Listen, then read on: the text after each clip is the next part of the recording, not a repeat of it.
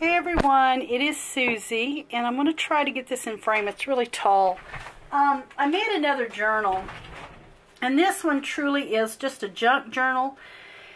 It is filled with ephemera, is what it is. Not a lot of flowers or anything lacy and dainty and frilly. It is really just a junk journal. It does measure.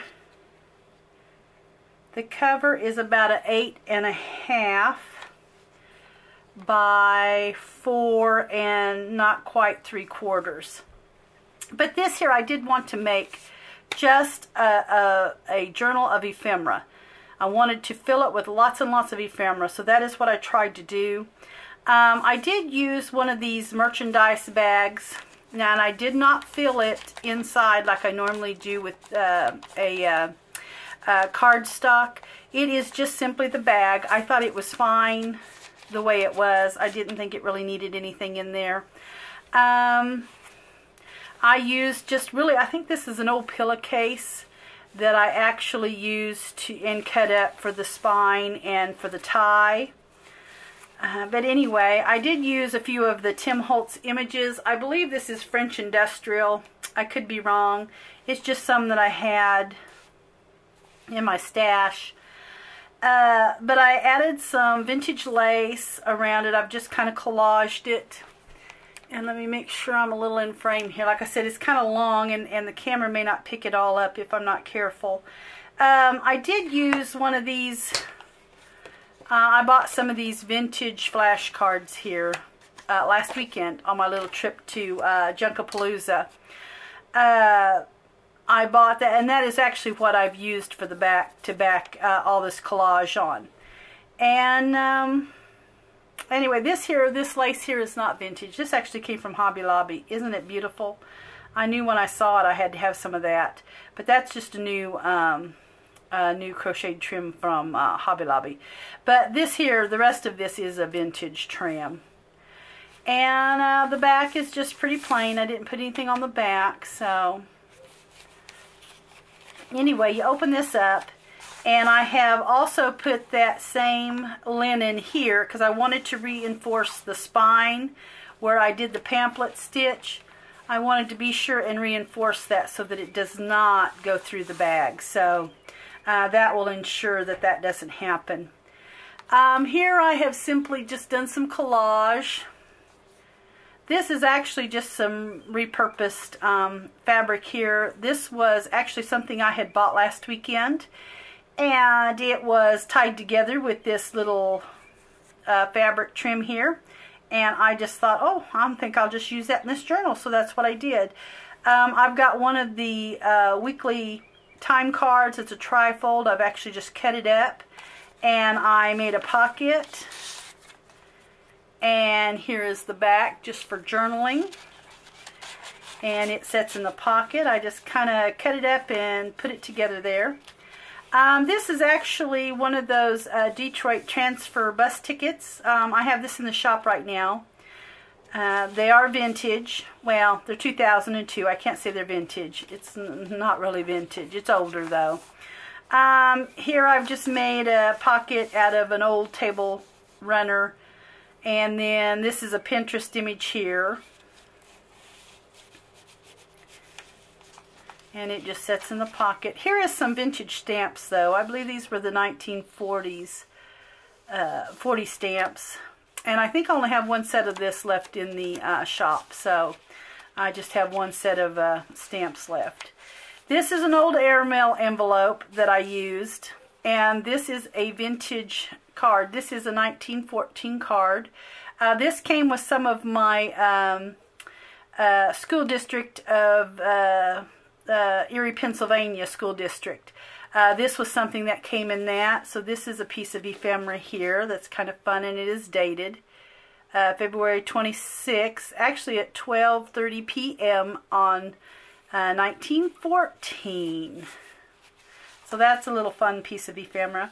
Here is some vintage Zanesville, Ohio transfer tickets here. I've still got them in the shop, and they are super fun. Super, super fun. Here's just some of that fabric that I got, a music sheet, and just collage some ruffling there. This is just a doily that I have stained up. This is one of those excise taxes, the vintage. They are dated 1948, so they're the 40s. I have those in the shop still. Here I've just collaged some washi tape. Here is a vintage airmail envelope. And I bought those a long time ago. We had went to Tulsa to a junk show there. And I bought some of these vintage airmail envelopes there. And then this is just some of Tim Holtz's paper there. And I'm pretty sure it's French industrial. And then here is another Pinterest image right here. And I have just got a piece of paper for journaling and collaged some of that pretty fabric there. And then I've just done some collaging there.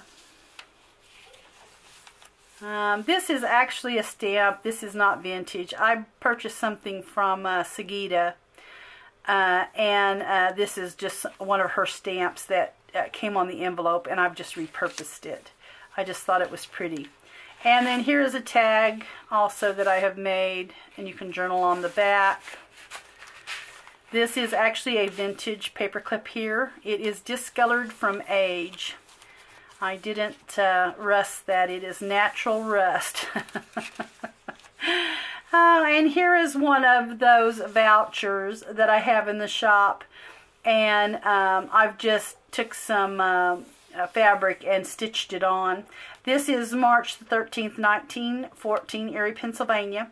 And one thing that I didn't tell you guys when I was showing these vouchers last week, they do have a puncture, the most part. Most of them have this puncture in the center.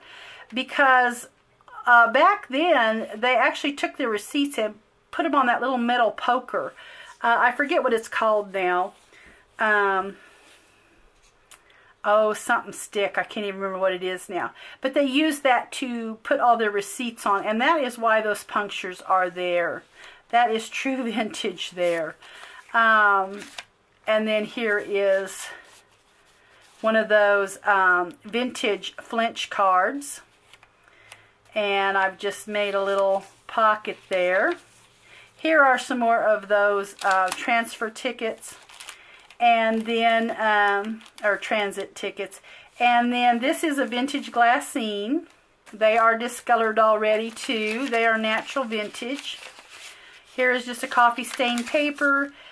This little Rolodex in the blue I actually got from my friend Anne. She sent me a box of goodies a while back. And anyway, that's real fun, the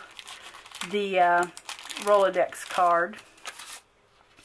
And I will be getting some Rolodex cards to put in the shop. Hopefully next week I'll get them put in the shop. So that'll be fun. And then this is some vintage ledger paper actually here. And this is a vintage postage postcard. And I've just cut it down to size. And it still has the 5-cent postage on it. Here is another one of those vintage pieces here that went with the Erie, Pennsylvania School District. This, I guess, was from the telephone company. So that was kind of fun.